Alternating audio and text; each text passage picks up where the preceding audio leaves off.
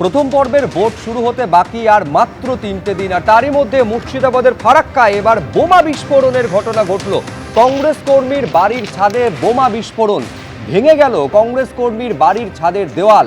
মুর্শিদাবাদের ফারাক্কা ব্লকের মানিকনগর এলাকায় চাঞ্চল্য।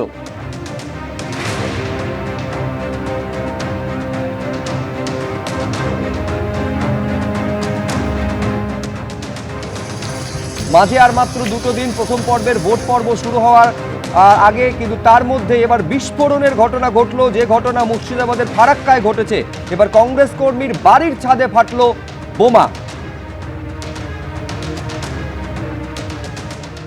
কংগ্রেস কর্মী বাড়িতে মজুদ বোমা, এটার মধ্যে তো সত্য কতটা জল মেশানো কথা সেটা দেখতে হবে। কারণ মুর্শিদাবাদে কোথাও কংগ্রেস কর্মীর এত হিম্মত হয়নি তার বাড়িতে বোমা রাখবে। স্বাভাবিক এটা আষাঢ়ে গল্প মনে হচ্ছে আমার কাছে।